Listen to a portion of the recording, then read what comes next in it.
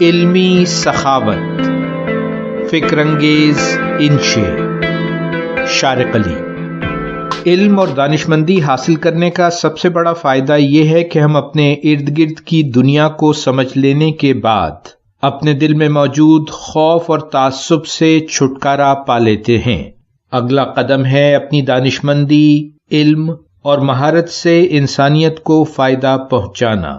تحریر، تقریر یا عملی مہارت دوسروں کو سکھانے کے ذریعے سے انسانیت کی خدمت علمی سخاوت یا نالج فلنتھروپی کہلاتی ہے۔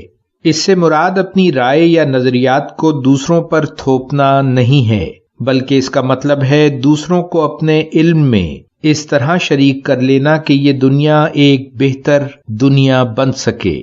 یہ گویا ایک طرح کا تحفہ دینا ہے تاکہ وصول کرنے والے عام لوگ خود اپنے آپ کو اور اپنی زندگی کو بہتر بنانے کے بارے میں سوچ سکیں اور درکار مہارت حاصل کر سکیں، زندگی کے تجربات سے بھرپور لطف اٹھا سکیں اور اپنے مسائل سے بہتر طور پر نبردآزما ہو سکیں۔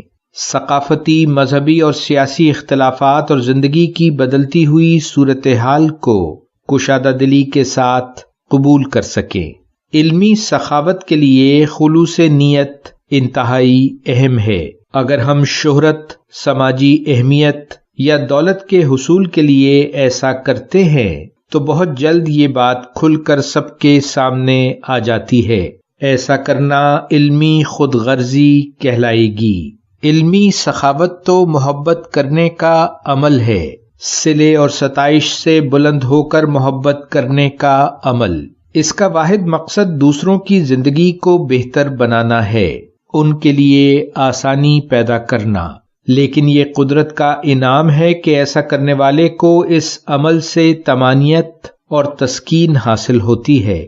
مزے کی بات یہ ہے کہ صرف عالم یا دانشور ہی نہیں بلکہ ہم میں سے ہر انسان علمی سخاوت کے ذریعے انسانیت کی خدمت کر سکتا ہے۔ پچھلے دنوں میرے گھر کا نلکا لیک ہونے لگا تو میں نے یوٹیوب پر کسی پلمبر کی بنائی ہوئی ویڈیو دیکھ کر چند منٹوں میں ہی اس مسئلے کو حل کر لیا۔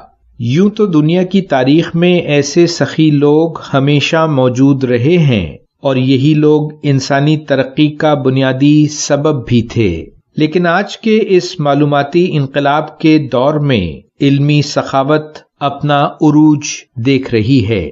ہمیں اپنے تجربے اور مہارت کے ذریعے سے دوسروں کا ہاتھ ضرور تھامنا چاہیے۔ ہم سوشل میڈیا جیسے فیس بک یا یوٹیوب کی مدد سے یہ کام بہت آسانی سے کر سکتے ہیں۔ یاد رہے کہ کی جانے والی بات کارآمد ہو اور پیشکش کا انداز دلچسپ، تاکہ لوگ متوجہ ہو سکیں۔ کسی خاص موضوع پر اظہار خیال سے پہلے اپنی علمی قابلیت یا تجربے کے مناسب ذکر میں کوئی حرج نہیں، لیکن یاد رکھیے علم سے میری مراد ہے کارآمد معلومات اور حقائق کا بیان۔ ذاتی رائے یا نظریے کا بیان علم کے زمرے میں نہیں آتا۔ علم روزمرہ زندگی کے مسائل سے متعلق بھی ہو سکتا ہے اور فلسفہ، سائنس، شاعری، ادب اور موسیقی کے حوالے سے بھی، لیکن اس کی بنیادی شرط ہے دوسروں کے لیے اس میں فائدہ مندی کے پہلو کا موجود ہونا۔ دوسروں تک معلومات پہنچانے سے پہلے یہ ضروری ہے کہ ہم اس کے معیار پر گہری نظر ڈال لیں۔ بات کتنی کارآمد ہے؟